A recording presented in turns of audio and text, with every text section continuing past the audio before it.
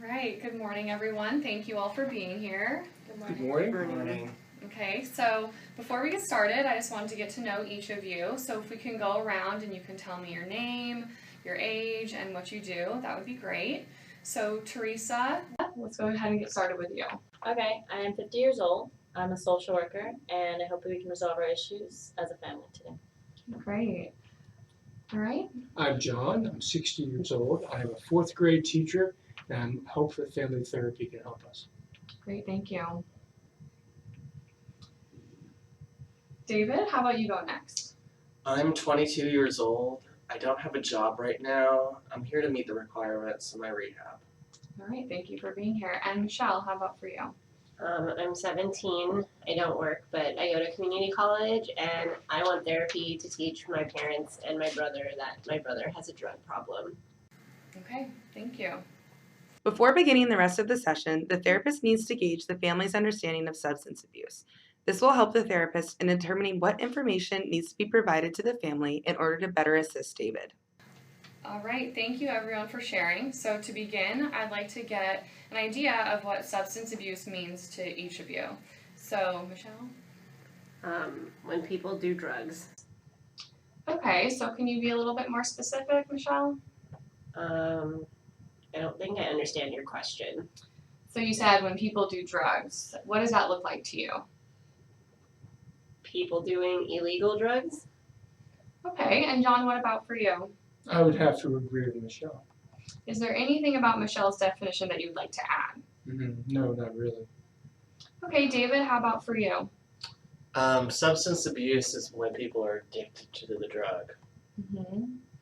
Okay, and Teresa, I know that you're a social worker, so what's your idea of substance abuse?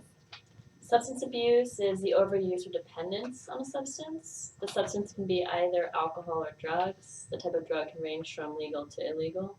Yeah, well, thank you all for sharing. So it's really important for everyone in the family to understand what substance abuse is and how it affects not only the person using the drug, but the people involved as well. So it's basically what you said. So it's sometimes illegal drugs like marijuana, cocaine, heroin. It also can be over-the-counter legal drugs, but when it gets really dangerous is when you kind of combine things. So legal and other substances or alcohol. So if the drugs David had were legal, then why did he get in trouble with the police? I thought he got in trouble because the drugs he had were illegal. Yeah, so the drugs that he did have were legal. It was because he stole them from the hospital. So that's what made the situation illegal. Okay. So does everyone feel like they have a basic understanding of what substance abuse is? Okay. So next, David, I'd like for you to fill out this Cage Aid questionnaire. Afterwards, we'll go over it. Is that okay with you? Yeah, that's fine with me. Thanks. Cage Aid questionnaires are used to focus on the identified patient, in this case David, views his substance use. The Cage Aid assessment is a good tool in that it is brief and can lead to discussions on the impact of his relationships with others. However, the Cage Aid assessment does not discuss frequency of use, which may make it difficult for clinicians to determine if the client is an active or inactive user. Here, I'm finished. Okay, thank you. Okay, so great, David, thank you for doing this. David, are you okay with me sharing your answers with your family? Yeah, I guess so. Okay, thank you. So before I go into the responses, I want everyone to understand the purpose of the questionnaire. So the questionnaire will help David and everyone in the family see his point of view with his substance use. No one should accuse him of lying because this is all from his perspective. Okay? All right, so I'm going to read off David's answers. So the first question is, have you ever felt that you ought to cut down on your drug use? And he replied, no. Have people annoyed you by criticizing your drug use? And he said, yes. Have you ever felt bad or guilty about your drug use? And he said, no. Have you ever used drugs first thing in the morning to steady your nerves or get rid of a hangover? And he said, yes.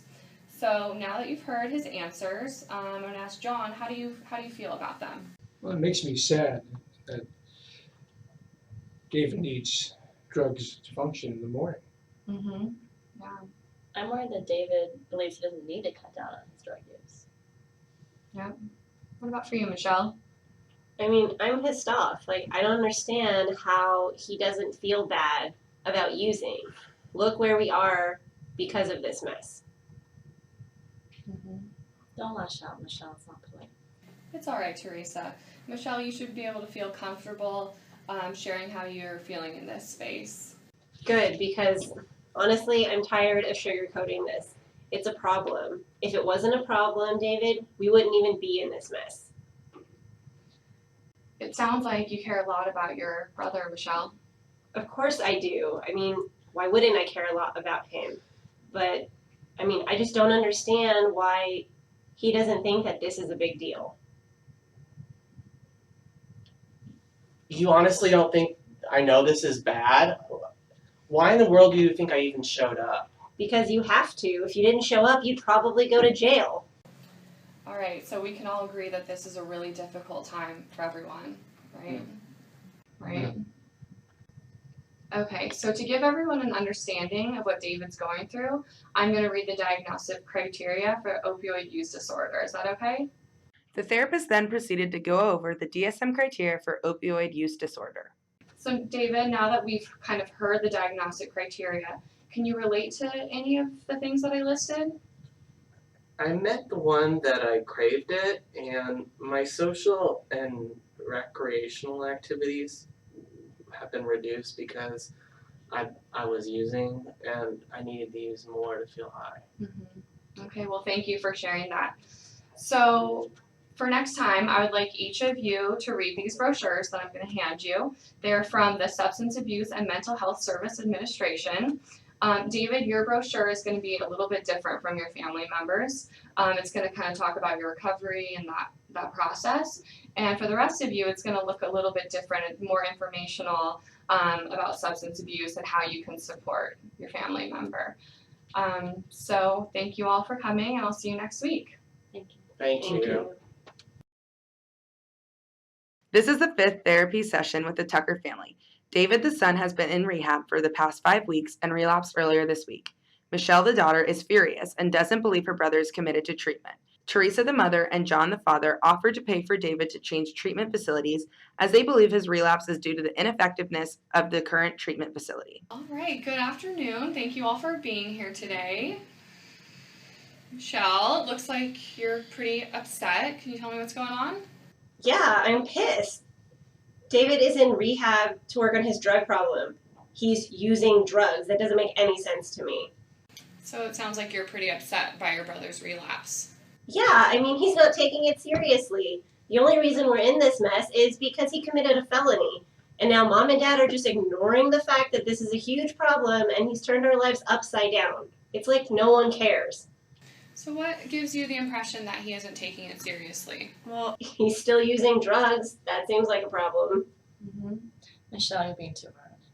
It's not his fault the place he's at isn't helping him. That's why we're sending him to a better place. A better place? Yes, we found a better place, a better treatment center that would take care of David's needs. So what makes you guys think that this better place will take care of his needs? Well, my parents are paying for it, so they think since they have to pay for it, it'll be better. That's not true. Then why are you sending David there? Because he isn't getting what he needs in his current place. And what makes you think that? He relapsed. What type of treatment center lets their patients relapse? They didn't let me relapse. I did it. No one let me do anything. Did you really think that 5 weeks would help me? David brings up a good point. He's only been in treatment for 5 weeks, which really isn't a long time considering his addiction has been almost 7 years. Because of David's relapse, the therapist will now provide an explanation as to how relapse is sometimes a component of a person's recovery. So given the recent events, it might be a good idea to talk about the substance abuse treatment process. What do you mean process? David's supposed to be in rehab so he doesn't addicted to drugs anymore. Yeah, Michelle, that is the ultimate goal, but there are other things that go into the process. Is taking drugs one of them? In some ways it can be. What are you talking about? That's the craziest thing I've ever heard. Michelle. It's okay, Teresa. So one of the goals for family therapy is for the family to understand what the person is going through. It's really important for the family to understand what he's going through and learn about the process so that you guys can support him. Sorry, David. It's okay, Michelle. I think I could see why you'd be so upset with me. I think I should be apologizing to everyone, including you. Michelle, it's really nice that you apologized to David, but I also think it's really important for the whole family to understand why David relapsed. So David, would you like to talk about that? I guess so. Okay. Michelle, it's good that you're apologizing to David, but it's really important for the rest of the family to understand what led to your relapse. Would you be willing to discuss that with us? I guess so. Okay, so what day did you relapse? Tuesday. And what were you doing right before you relapsed? Talking to my girlfriend. Okay, what were you and your girlfriend talking about? She was yelling at me because I got caught taking the meds from the hospital the day I went to go see her. She relies on me a lot, and now that I'm in rehab, it's really hard for me to be there when she needs me to. Yeah, it sounds like you're her number one support system. Yeah, I am. She doesn't really have anybody else. So what happened when you got off the phone with her? I took a day pass to leave the rehab. Okay, where did you go?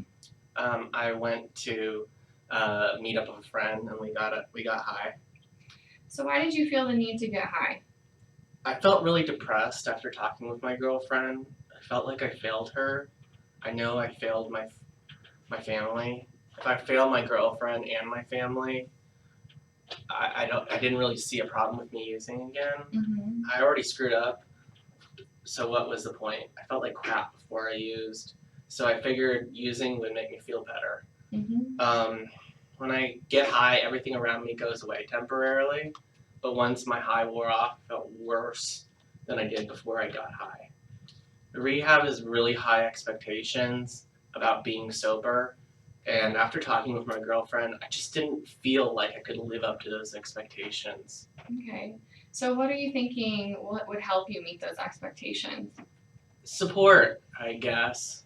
Okay, support from who? My family and my girlfriend.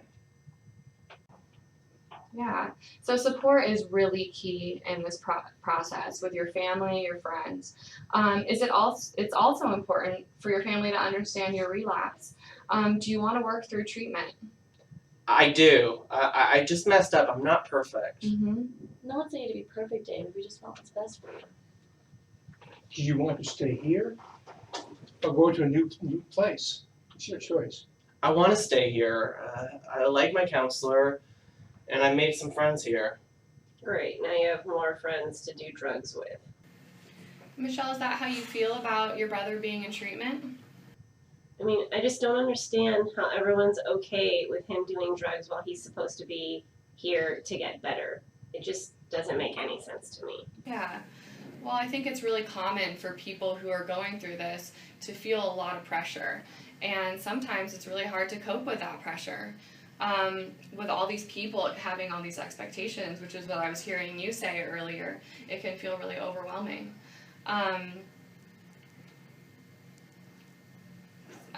Given what you said about you and your girlfriend, it makes a lot of sense that you were having a lot of negative emotions.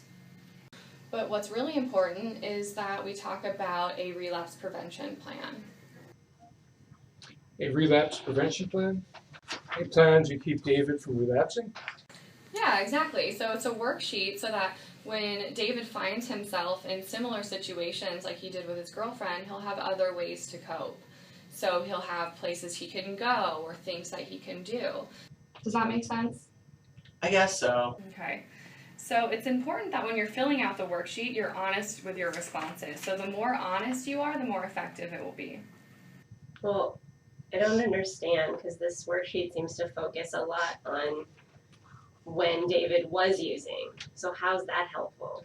Yeah, so it looks at kind of the triggers. So he'd probably put like situations with his girlfriend. So you really want to look at the situations which triggers him to use. So that's why it really focuses on when he's using.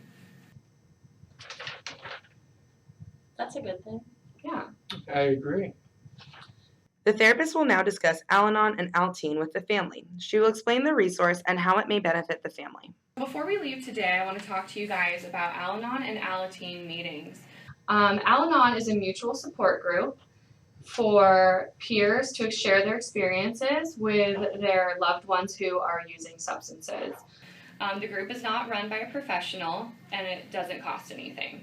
There's also an Alateen group, so Michelle, if you felt more comfortable being around peers your age, you could go to that.